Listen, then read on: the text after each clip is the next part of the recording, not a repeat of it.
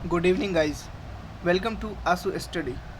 आज से हम जीके के एक नए सीरीज की शुरुआत कर रहे हैं जिसमें एनसीईआरटी के पैटर्न पर आधारित प्रश्न उत्तर होंगे जो आने वाले वनडे एग्ज़ाम्स जैसे SSC, railway, banking, Bihar SSC, BPSC के लिए काफ़ी महत्वपूर्ण साबित होगा। ठीक है, तो आइए हम शुरुआत करते हैं और शुरुआत हम इतिहास से करेंगे।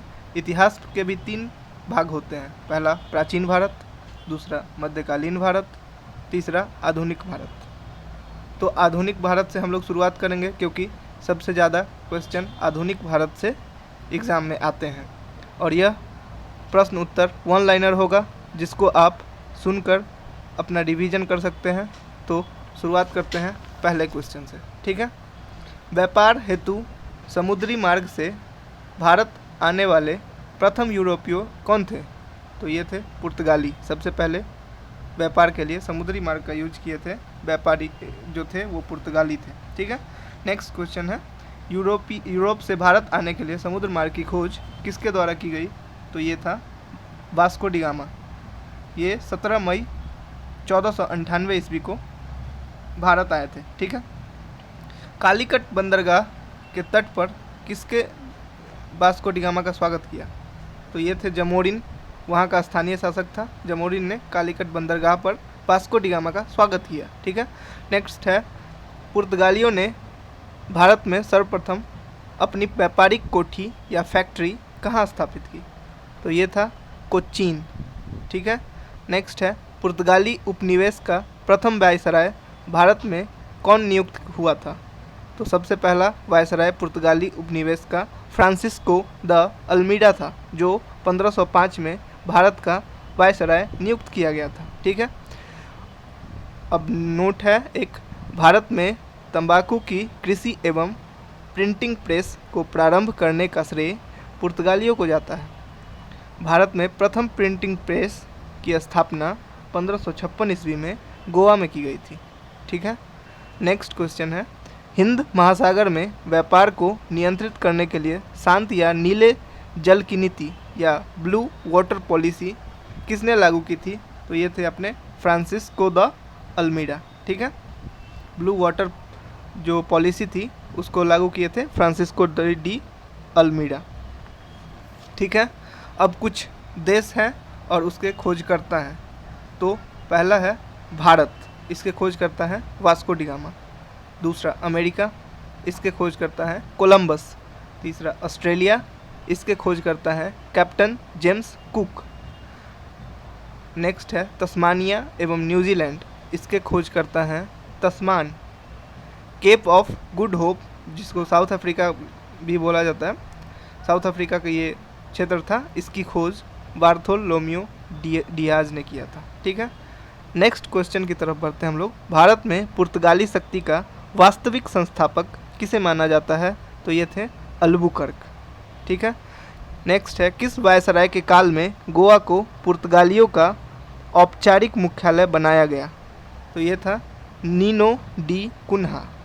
नीनो डी कुन्हा के वायसराय के काल में गोवा को पुर्तगालियों का औपचारिक मुख्यालय बनाया गया था। ठीक है, नेक्स्ट है पुर्तगालियों ने हिंद महासागर क्षेत्र में व्यापार पर नियंत्रण स्थापित करने के लिए कौन सी पद्धति की प्रारंभ की थी? तो ये पद्धति थी कार्टेज आर्मेडा काफिला पद्धति, कार्टेज आर्मेडा कारवां सिस्टम। ठीक है, नेक्स्ट है पुर्तगालियों के पश्चात भारत में व्यापार करने आए डच कहाँ के निवासी थे? तो डच जो थे वो हॉलैंड, जिसको वर्तमान में नीदरलैंड के नाम से जाना जाता है, वहाँ के निवासी थे। ठीक है, डच कहाँ के निवासी थे? तो हॉलैंड के। ठीक है, अब है भारत में विदेशी कंपनियों का आगमन। तो जानेंगे सबसे पहले जो विदेशी कंपनी भारत आए थे वो थे पुर्तगाली। उस कंपनी का क्या नाम है? तो पुर्तगाली ईस्ट इंडिया कंपनी या एस्तादो द इंडिया, इसका नाम था एस्तादो द इंडिया। ये कौन से देश से रिलेटेड थे? तो पुर्तगाल से। इसकी स्थापना 1498 में पहली फैक्ट्री कोचीन में स्थापित हुई थी। ठीक है, दूसरी कंपनी थी अंग्रेजी ईस्ट इंडिया कंपनी। जिसका नाम था the governor and company of merchants of London trading into the east Indies. इससे रिलेटेड कंट्री था ब्रिटेन, जिसकी स्थापना 1600 ईस्वी में, और भारत में इसकी पहली फैक्ट्री सूरत में स्थापित की गई थी। ठीक है। तीसरा कंपनी था United east India company of Netherlands. ये किस देश से रिलेटेड थे? तो ये थे हॉलैंड से, जिसकी स्थापना 1602 ईस्वी में हुआ, और ये भारत में पहली फैक्ट्री मसूलीपट्टनम में स्थापित किए थे। ठीक है। नेक्स्ट है डेनिश ईस्ट इंडिया कंपनी। इससे रिलेटेड कंट्री है डेनमार्क, जिसकी स्थापना 1616 ईस्वी में हुआ था, और भारत में प्रथम फैक्ट्री इसकी त्रैंकोबार या त्रावणकोर में स्थापित की गई थी। नेक्स्ट है फ्रांसीसी ईस्ट इंडिया कंपनी, जिसे द इंडस ओरिएंटलेस भी कहा जाता है, और इससे रिलेटेड कंट्री थे फ्रांस। इसकी स्थापना 1664 ईस्वी में, और इसकी भारत में प्रथम फैक्ट्री सूरत में स्थापित की गई थी। ठीक है। नेक्स्ट है यूरोपीय व्यापारों का भारत आने का जो क्रम है उसको हम लोग देखेंगे। तो सबसे पहले आए थे पुर्तगाली, फिर उसके बाद डच, ब्रिटिश, डेनिश, फ्रांसीसी, स्वीडिश। एक बार और, पुर्तगाली, डच, उसके बाद ब्रिटिश, डेनिश, फ्रांसीसी, स्वीडिश। ठीक है। नेक्स्ट है यूरोपीय शक्तियों में भारत में पुर्तगाली कंपनी ने सर्वप्रथम 1498 ईस्वी में प्रवेश किया, तथा भारत में सबसे अंत में 1961 में भी यहीं गए थे। यानी सबसे पहले जो आए थे वो भी पुर्तगाली थे, और जाने वाले भी पुर्तगाली थे। आए थे 1498 ईस्वी में और गए 1961। ठीक है। नेक्स्ट क्वेश्चन है किस यूरोपीय शक्ति द्वारा भारत से मसालों के निर्यात के स्थान पर कपड़ों के निर्यात को प्राथमिकता दी?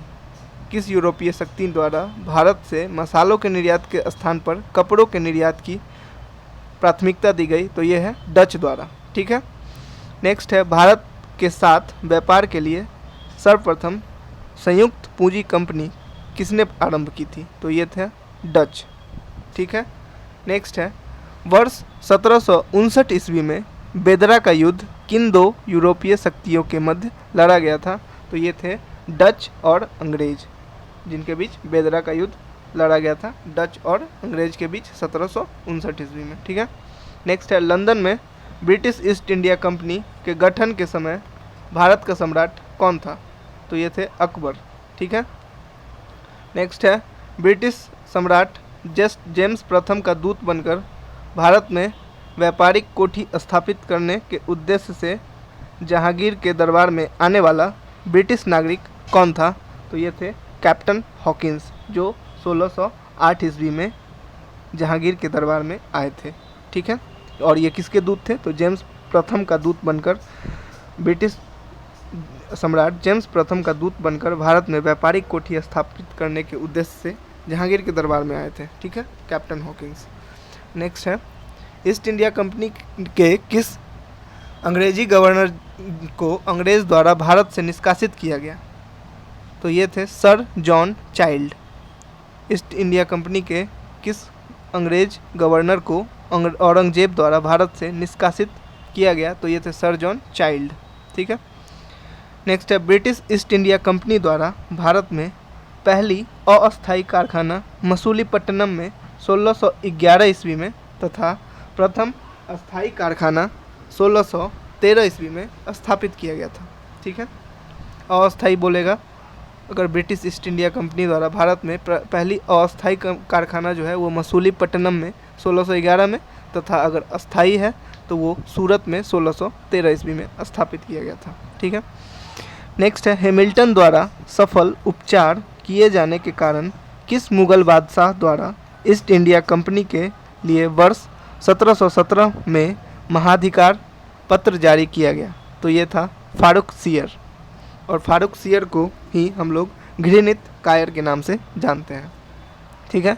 तो ये क्वेश्चन था हैमिल्टन द्वारा सफल उपचार किए जाने के कारण किस मुगल बादशाह द्वारा ईस्ट इंडिया कंपनी के लिए वर्ष 1717 ईस्वी में महाधिकार पत्र जारी किया गया?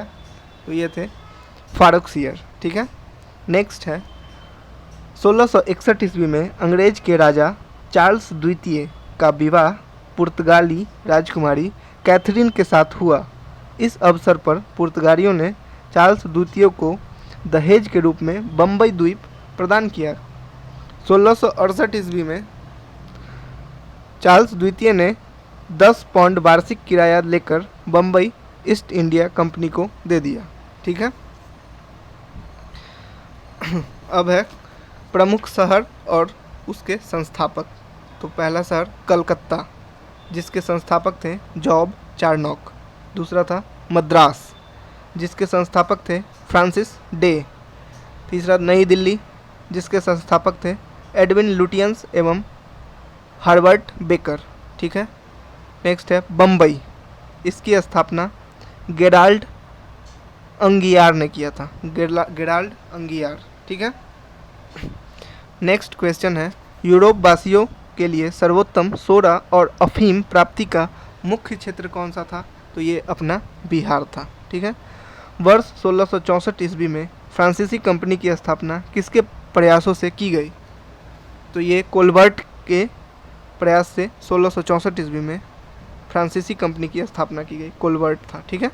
फ्रांसीसी कंपनी की स्थापना किसके कार्यकाल में की गई? तो ये थे लुई 14वां। लुई 14वां उस टाइम फ्रांस के सम्राट थे, उन्हीं के कार्यकाल के दौरान फ्रांसीसी कंपनी की स्थापना की गई थी। ठीक है। फ्रैंक कैरो के द्वारा भारत में प्रथम फ्रांसीसी फैक्ट्री की स्थापना कहाँ की गई थी? तो प्रथम फ्रांसीसी फैक्ट्री की स्थापना 1668 ईस्वी में सूरत में की गई थी। ठीक है। फ्रांसीसी गवर्नर डुप्ले ने पहली बार भू क्षेत्र अर्जित करने के उद्देश्य से भारतीय राजाओं के विवादों में भाग लेने की नीति आरंभ की थी। फ्रांसीस गवर्नर डुप्ले ने पहली बार भू क्षेत्र अर्जित करने के उद्देश्य से भारतीय राजाओं के विवादों में भाग लेने की नीति आरंभ की थी। ठीक है। फ्रांसीसियों द्वारा फोर्ट लुई नाम का किला कहाँ बनवाया गया था? तो ये पांडिचेरी में था। फोर्ट लुई नामक किला फ्रांसीसियों द्वारा पांडिचेरी में स्थापित किया गया था या बनवाया गया था। ठीक है। नेक्स्ट है पांडिचेरी का नाम प्रथम फ्रांसीसी गवर्नर कौन था? पांडिचेरी का प्रथम फ्रांसीसी गवर्नर फ्रैंको मार्टिन था। फ्रैंको मार्टिन पांडिचेरी का प्रथम फ्रांसीसी गवर्नर था। ठीक है। नेक्स्ट है पुर्तगालियों को सौली के स्थान पर किस अंग्रेज अधिकारी ने पराजित किया था? तो ये थे थॉमस बेस्ट। पुर्तगाली को सौली के स्थान पर कौन से अंग्रेज अधिकारी ने पराजित किया? तो ये थे थॉमस बेस्ट। बांडीवास का युद्ध जो 1760 में लड़ा गया था वो किसके किसके बीच हुआ था? तो ये अंग्रेज और फ्रांसीसी के बीच हुआ था। और इस युद्ध के बाद फ्रांसीसी बुरी तरह पराजित हुए थे और अंग्रेज आ गए थे। ठीक है। बांडीवास का युद्ध 1760 में अंग्रेज और फ्रांस के बीच हुआ था। अब आते हैं नेक्स्ट है कर्नाटक का युद्ध किसके मध्य लड़ा गया था? तो कर्नाटक का युद्ध भी अंग्रेज और फ्रांस के बीच लड़ा गया था। इसमें आता है प्रथम कर्नाटक युद्ध किस संधि के माध्यम से समाप्त हुआ? तो ये था एक्स ला सैपेल की संधि 1748 में हुआ था। इसके तहत प्रथम कर्नाटक युद्ध की समाप्ति हुई थी। ठीक है। 3 कर्नाटक युद्ध हुए थे। तो कर्नाटक युद्ध, पहला कर्नाटक युद्ध जो है 1746 से 1748 तक हुआ था। इसका प्रमुख कारण ऑस्ट्रिया के उत्तराधिकार का युद्ध था। ठीक है। और ये किस संधि के तहत समाप्त हुआ? तो ये एक्स ला सापेल की संधि 1748 के तहत प्रथम कर्नाटक युद्ध की समाप्ति हुई। ठीक है। नेक्स्ट है द्वितीय कर्नाटक युद्ध 1751 से 1755 तक। इसका प्रमुख कारण कर्नाटक के उत्तराधिकार का युद्ध। ठीक है। और इसकी समाप्ति पांडिचेरी की संधि 1755 के तहत हुई। ठीक है। नेक्स्ट है तृतीय कर्नाटक युद्ध 1758 से 1763। इसका प्रमुख कारण सप्तवर्षीय युद्ध एवं औपनिवेशिक कारण था। तृतीय कर्नाटक युद्ध को ही हम लोग सप्तवर्षीय युद्ध के नाम से भी जानते हैं। और इसकी समाप्ति पेरिस की संधि 1763 के तहत हुई, जिसमें फ्रांस की पराजय हुई थी। ठीक है। नेक्स्ट है अंग्रेजी कंपनी का नाम governor and company of merchants of London trading into the east Indies रखा गया था। ठीक है, तो आज के लिए इतना ही गाइज, फिर हम लोग मिलते हैं कल नेक्स्ट क्लास में। Thank you. अगर आप नए हैं तो प्लीज़ सब्सक्राइब करें और सपोर्ट करें। Thank you.